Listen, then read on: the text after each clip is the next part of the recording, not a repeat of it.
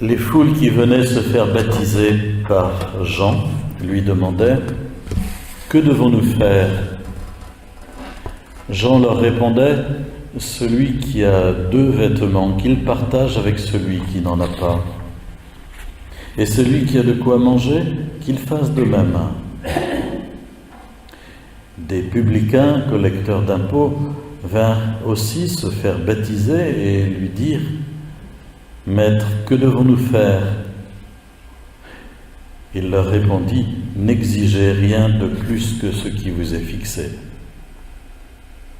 À leur tour, des soldats lui demandaient « Et nous, que devons-nous faire ?» Il leur répondit « Ne faites ni violence ni tort à personne et contentez-vous de votre solde. » Or, le peuple était en attente, et tous se demandaient en eux-mêmes si Jean n'était pas le Messie.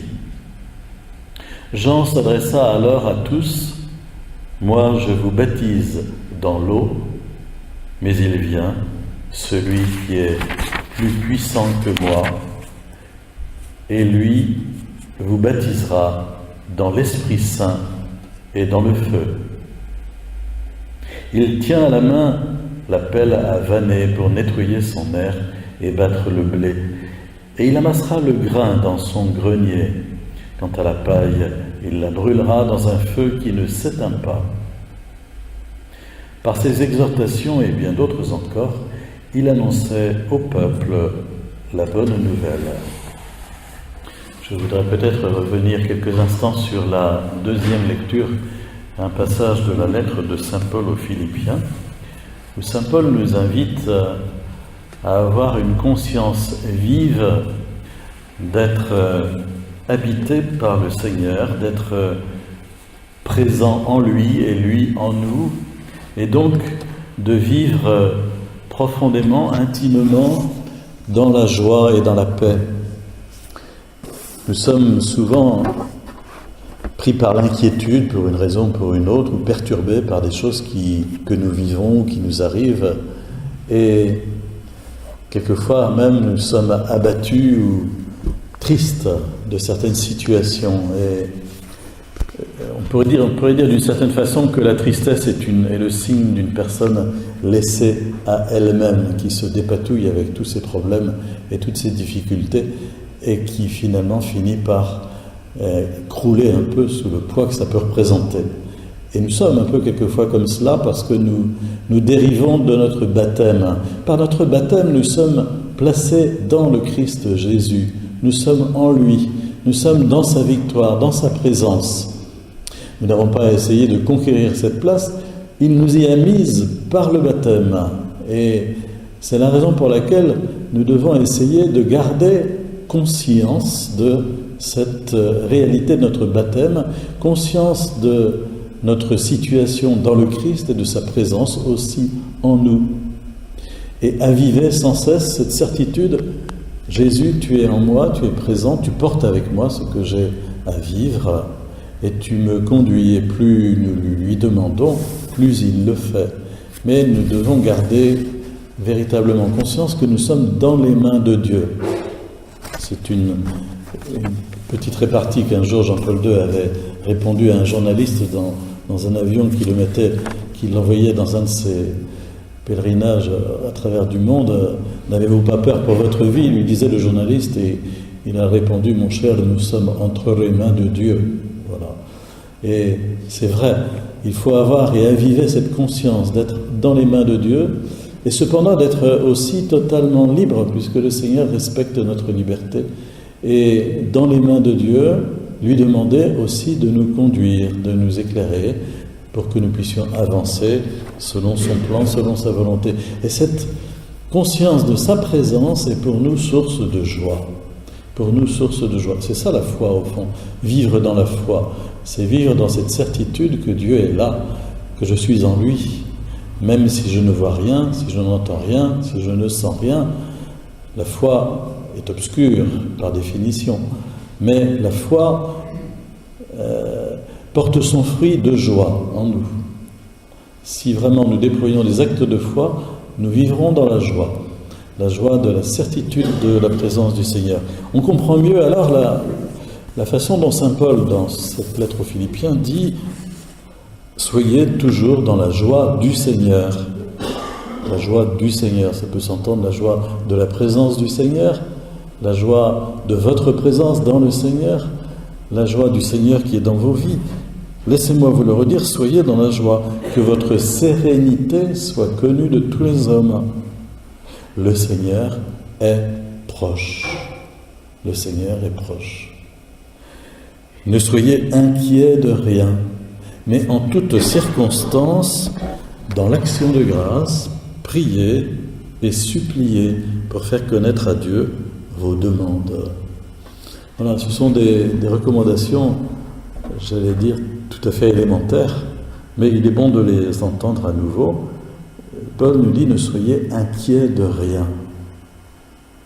Et en toutes circonstances, dans l'action de grâce, c'est-à-dire dans la reconnaissance, dans le remerciement, dans la gratitude, priez et suppliez pour faire connaître à Dieu vos demandes, sachant qu'il vous entend et qu'il vous exaucera selon son plan, selon sa volonté.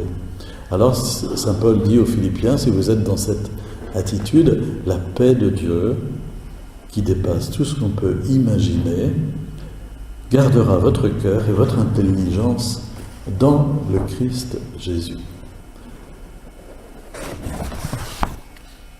Nous avons un écho de cette invitation à la joie dans la première lecture tirée d'un prophète de l'Ancien Testament, Sophonie.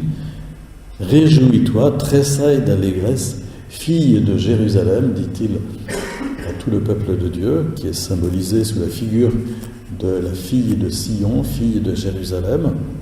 Réjouis-toi. » Et on peut entendre là aussi la salutation de l'ange Gabriel à la Vierge Marie. Quand l'ange Gabriel aborde Marie, c'est ce qu'il lui dit très précisément. Il reprend les paroles, les prophéties vétérotestamentaires, et il dit à Marie, « Réjouis-toi, pleine de grâce, le Seigneur est avec toi, le Seigneur est en toi.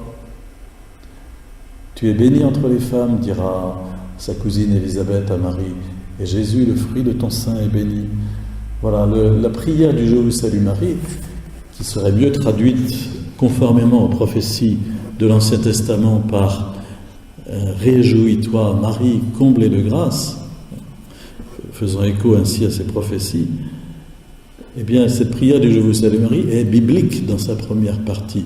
Nous redisons à Marie ce que l'ange Gabriel lui a dit, la salutation qui fait écho à l'Ancien Testament et qui montre que véritablement Marie est la fine pointe du peuple de Dieu et que précisément c'est elle qui va accueillir le Messie, promis depuis longtemps. Et dans la deuxième partie du « Je vous salue Marie », nous disons les paroles de sa cousine Élisabeth à Marie. « Tu es bénie entre les femmes, et Jésus, le fruit de ton sein, est béni. » Dans la toute dernière partie, nous demandons à Marie de prier pour nous qui sommes pécheurs, maintenant et à l'heure de notre mort. Et le concile d'Éphèse a tenu à ce que soit mentionné Sainte Marie, Mère de Dieu. Mère de Dieu, elle n'est pas seulement Mère de l'homme Jésus, mais puisque l'homme Jésus est à la fois homme et Dieu, elle est aussi à juste titre Mère de Dieu.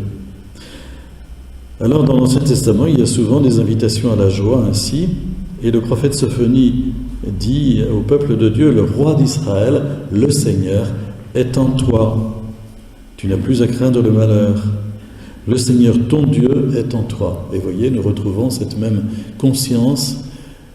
Nous sommes vraiment en présence de Dieu. Il habite au milieu de nous. Et ce que nous allons célébrer pour la fête de Noël, c'est véritablement cela. Comme dit saint Jean, il a dressé sa tente parmi nous. Jean chapitre 1, verset 14, « Et le Verbe s'est fait chair, et il a habité parmi nous. » Dans le texte grec, il a dressé sa tente parmi nous. C'est très parlant. C'est aussi très conforme aux images du désert et d'Israël, les nomades qui dressent leur tente. Voilà, le Seigneur est présent au milieu de nous. Soyons dans la joie, réjouissons-nous et partageons cette joie autour de nous. Il y en a bien besoin aujourd'hui. Beaucoup de gens sont précisément dans, malheureusement, le revers que ça peut représenter de vivre sans la conscience de Dieu.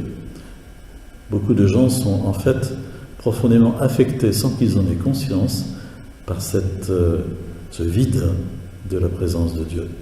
Et laissés à nous-mêmes, nous ne pouvons que quelquefois être très accablés et très tristes. Et le vrai cadeau que nous puissions faire autour de nous, c'est bien de partager la joie et l'annonce de ce message tout simple. Dieu est proche de toi, Dieu t'aime, Dieu te crée, Dieu te donne vie, Dieu est là. Ouvre-toi à sa présence.